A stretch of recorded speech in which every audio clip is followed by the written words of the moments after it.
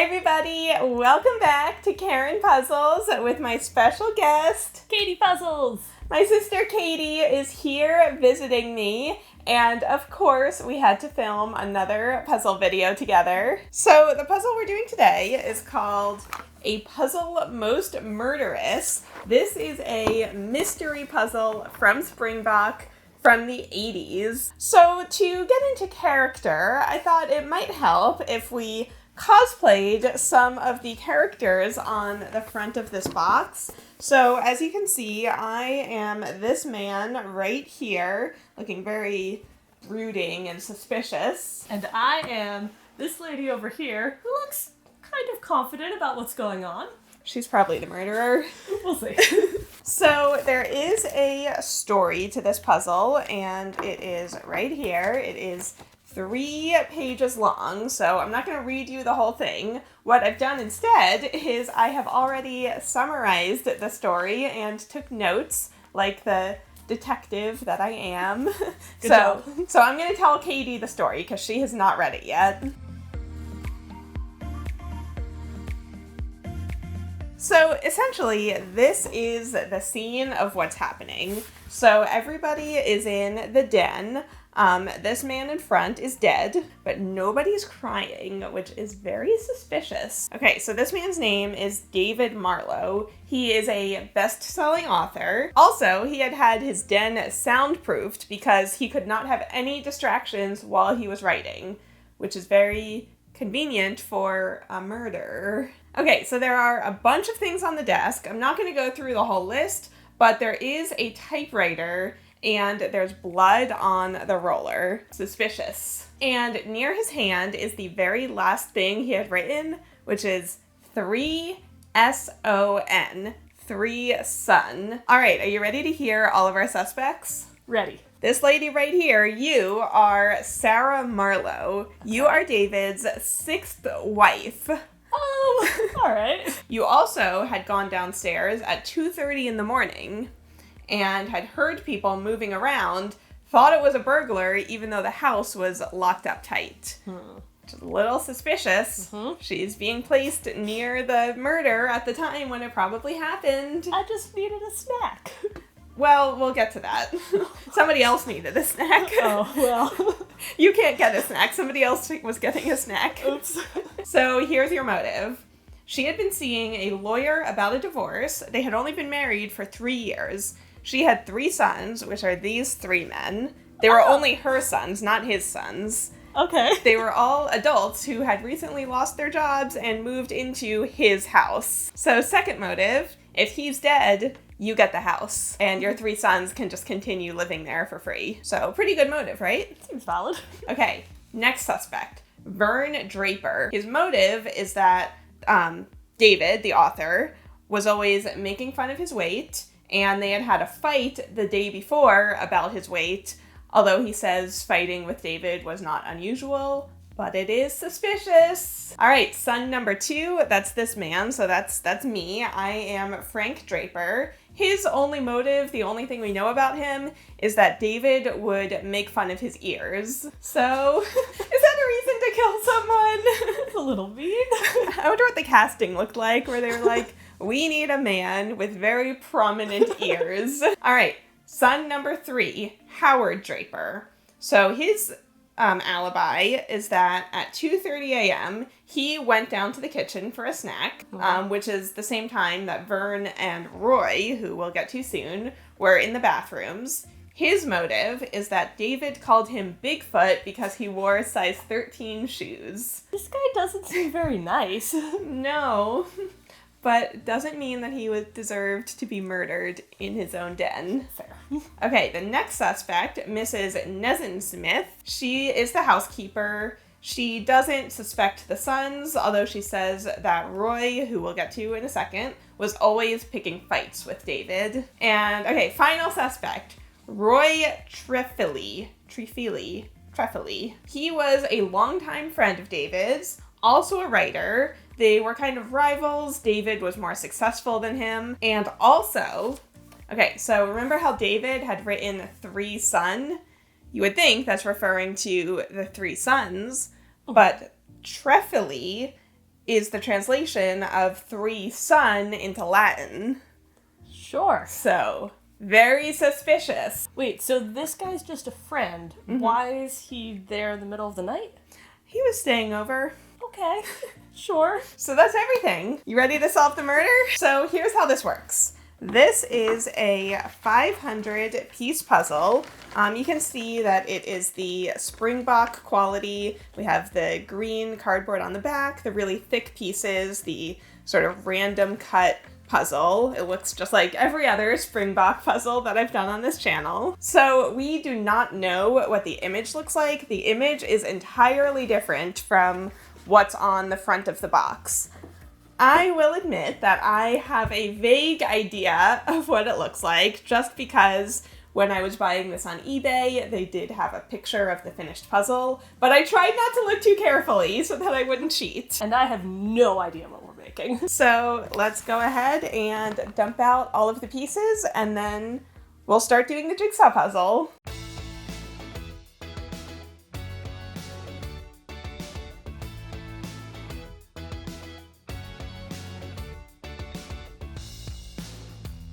Katie, when is the last time that we worked on a jigsaw puzzle together?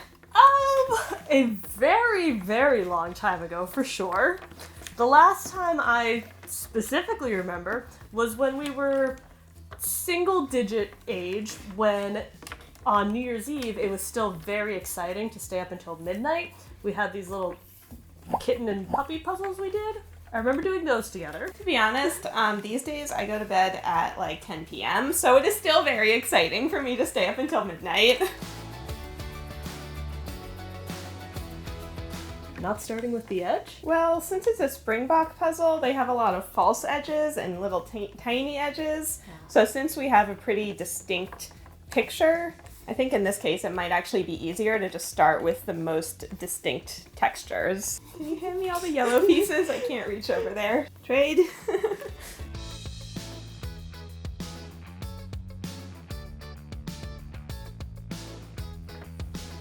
Yay! My first 2 pieces are correct. That means we'll have good luck for the rest of the puzzle. Excellent. Hopefully that means we solve the mystery.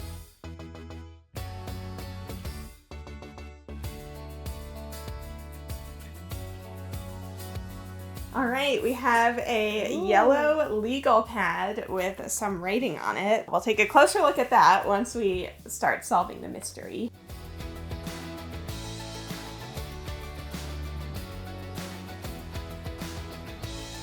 I'm making great progress. Well, you took the easy parts.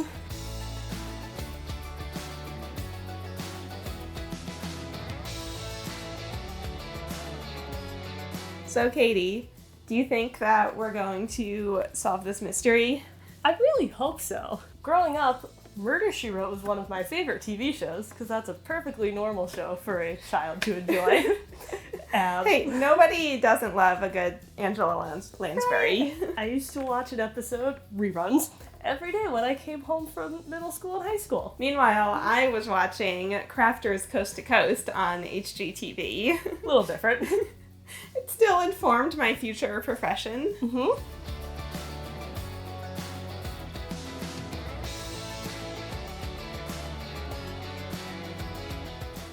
Ooh, I just put together 3 sun. Ooh. What could it mean? I definitely don't think it means that the 3 suns did it, because that would be way too easy.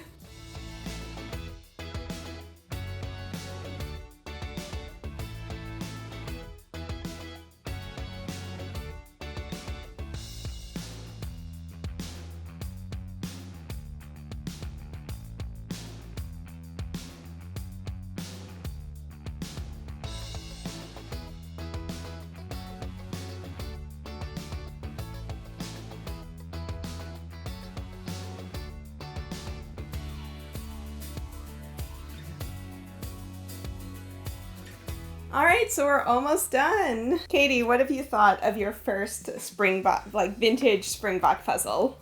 I am not used to this puzzle cut. There are some very strange pieces that I just don't have the instincts for how they should fit in. Yeah, you definitely get a better sense for it after you've done a couple of these.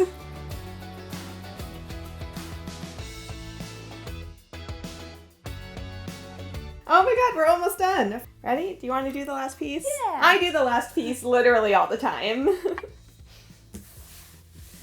We did it!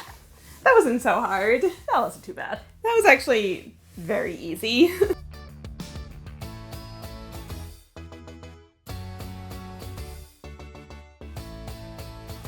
Alright, so this is your official spoiler warning. So here's what I'm going to do. Down in the description, I'm going to have a scan of the puzzle book as well as a high quality photo of the puzzle itself. So if you want to play along, you can pause here, read the story, try to solve the mystery, and we will be back to see if we can solve the mystery.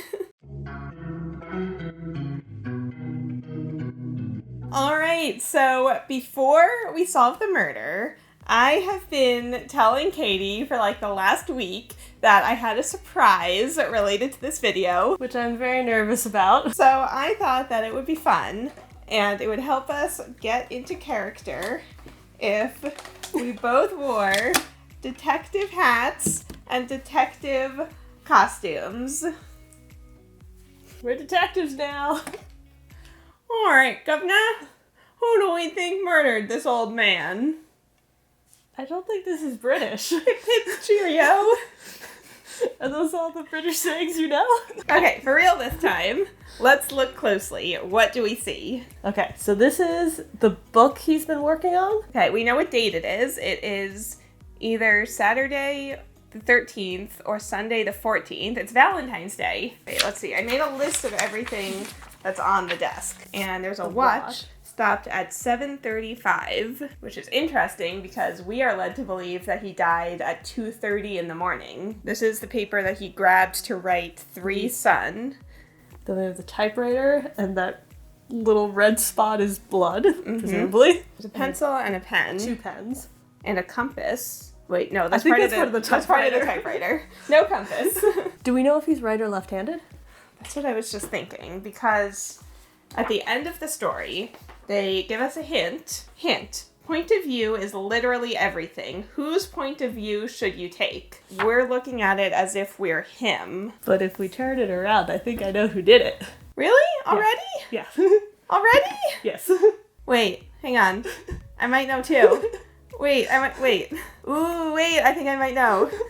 Should we say it on 3? 1, 2, wait, actually, I have a better idea. What if we each wrote it down and then we can compare? Okay, ready? Let's put them down and then look at each other's at the same time. Okay. Okay, go. Oh, wait, it's different. So you wrote Frank because David would make fun of his nose as well as his ears. I wrote Mrs. Nessen-Smith turned 3 Son upside down to get nose. And if you look at the box, she has a very distinct nose. But maybe you're supposed to go more from the story than the picture. I mean, they all, like, you could say, he has a weird nose. He's got a weird nose. Wait, where does it say that he made fun of his nose? It doesn't. That's me extrapolating. Oh, I thought you meant you got it from the story. Okay, I've changed my mind. I think Karen is actually right, because we know that he called Vern, had the nickname Lard, Frank had the nickname Ears, Howard had the nickname Bigfoot, and then Mrs. Nessen-Smith cuts off the detective when he's asking about nicknames, and she says that the nicknames are not important. So you think he called her, like, Big Nose or something? Something like that. Because the woman they cast to play her has a very distinct nose. Ooh, and then next he says, neither do I, I'm just nosy. Could that be a hint? So, perspective is everything. Let's physically turn it around and see if we notice anything else. Notice anything else? No. Here, you can use your magnifying glass. Like the detectives that we are. That doesn't really help. I wonder if you need to know things about typewriters to solve this. I hope not. Remember when I did that Murder, She Wrote puzzle and I didn't know that it was like how to use a food processor? I mean, that's all that I'm seeing. I think we're both right that you're meant to turn 3 Son into nose. Is that it? Is that our guess? All right, let's read the answer. Ooh, Oh, wow, it's 2 pages of an answer. Oh, he has a writing callus on the middle finger of his left hand. Is that? Who would ever see that? It just looks like his hand is, like, angled a little funny. Which would mean, of course, that he's left-handed. So we did not know that before. Ooh. Okay. It means that we've all been assuming David Marlowe was sitting right where he is in that chair when he wrote that note. But he wasn't. He was shot while standing in front of the desk. After he fell, the murderer left the room in a hurry, thinking he was dead. But Marlowe managed to pull himself up and write down a clue. Then he worked his way around the side of the desk, stopped here long enough to bleed on his prized possession, the typewriter. Okay, so that's how we know he must have moved, because there's no way for the blood to get from him to the typewriter unless he was physically, like, leaning over it. I mean, blood splatter is a thing. But if he was shot in the chest, yeah, it would go backwards. Splatter that way. It wouldn't go in front of him. From here, he went to his chair. Perhaps having been shot in the chest, he could breathe better sitting up, or perhaps he thought he could roll himself to the door. This chair... How are we supposed to know the chair has rolls on it? In any case, he named his murderer before he died, not from that side of the desk, but from here, right about where I'm standing, in front of the desk. And do you know how he named his murderer, Vern? No? How about you, Howard? Frank? How would we know? Howard asked defensively. Why, because of Marlowe's penchant for nicknames. What's Three Son a nickname for? Frank asked. Three Son isn't a nickname at all. But Nose is. We got it. He didn't write Three Son, he wrote Nose. Isn't that right, Mrs. Nessen Smith? You have the right to remain. Well, what's the use? It'll all come out anyway. He deserved it. Called me Nose until I thought I'd go out of my mind. Clean up, Nose. Don't go poking into my desk, Nose. Air is free, Nose. What? This guy sounds really mean. See, I always wanted to write. Been working on a novel of my own for 10 years. Finally, one day I got up enough courage to ask him to look at it. He laughed at me, but said he'd read it. And did he? Oh yeah, laughed even harder. Said he'd done better with a crayon when he was in kindergarten. Stick to scrubbing floors, Nose, he said. Stick to writing your name in the dust on the furniture, Nose. He kept taunting me and taunting me and taunting me. There were flames on the side of my face. That part's not in here, but I think that's about where she was going. Yeah. So finally, my temper isn't that bad. It was that book of his there on the desk. I was cleaning in here yesterday afternoon, and I thought I'd have a little peek at it. Well, it wasn't his book. He was gonna take mine, rewritten. He stole the plot and most of the characters, and he was going to take all the credit. This guy is the worst. What is wrong with him? I came down here last night while everyone was asleep, and I confronted him with it. He just laughed at me, of course, said no one would believe me if I ran around saying the great David Marlowe was stealing his material from a housekeeper. Well, in the 80s, I mean, fair. Although if she has her own handwritten first draft, you'd think she could use that to prove that she came up with it. I was only going to scare him with that gun. I didn't even think it was loaded, but things got out of hand. He went for me, said my nose was bigger than that little pea shooter. Oh my god. I got mad and scared, and the next thing I knew, he was stretched out on the floor in front of the desk. I got out fast. And that's all. I said nothing. There was really nothing more to say. I couldn't help thinking, though, that in this business, it pays to have a nose for clues. Well, okay. We did it. We solved it. So maybe he's using the thesaurus to change some words from her original story? Maybe he plagiarized all his books. And maybe now that he's dead, that's finally going to come out. And all of the women that he stole from will just get to split up his entire fortune. Great. That's my headcanon.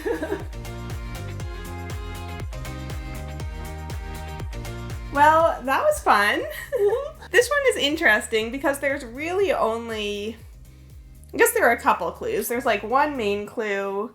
The blood thing is like a little bit of a clue. But in the Murder, She Wrote one, there were like 6 different clues that all kind of got you to the same end solution. Mm-hmm. Whereas in this one, it's much more straightforward. I feel like nose is the only really direct clue because you have to come up with a lot of things to get that he was on the other side of the desk and that itty bitty bump is a callus, and so he wrote with that hand, and then he moved around the desk and he bled on the typewriter. That's a lot to fill in. And that since he was, like, gasping for breath, he thought sitting on a rolling chair he could get to the door faster. There's no way that you could figure that out from what we were given. Yeah. Also, the fact that you really do use the image.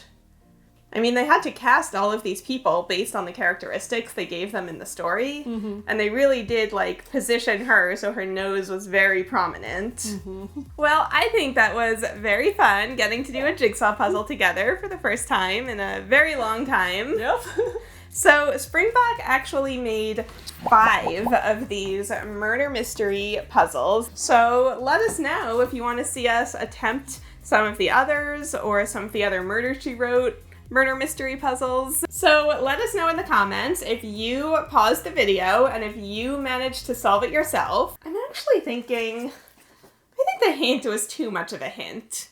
I think it would have been better if they didn't give us that hint, if you had to rotate it yourself without being told to think about the point of view. That was a little too much. Made it too easy. Anyway, if you want to see more videos with Katie, the last video that we did together was the Puzz 3D, where we made those Puzz 3D lamps. And this puzzle was definitely easier than those Puzz 3Ds. We kind of struggled on that. So do you want to give everyone the code word for if they watched all the way to the end of the video? Let's go with detective. We're detectives. We'll solve any crime by dinner time. Remember what that's from? No. It's from the Mary-Kate and Ashley detective series, The Adventures of Mary-Kate and Ashley. I used to watch that on TV at 6 a.m. before school because that's when it aired. Well, that'll be it from us. Thank you for watching. Happy puzzling, and we will see you all in the next one. Bye, everyone. Bye.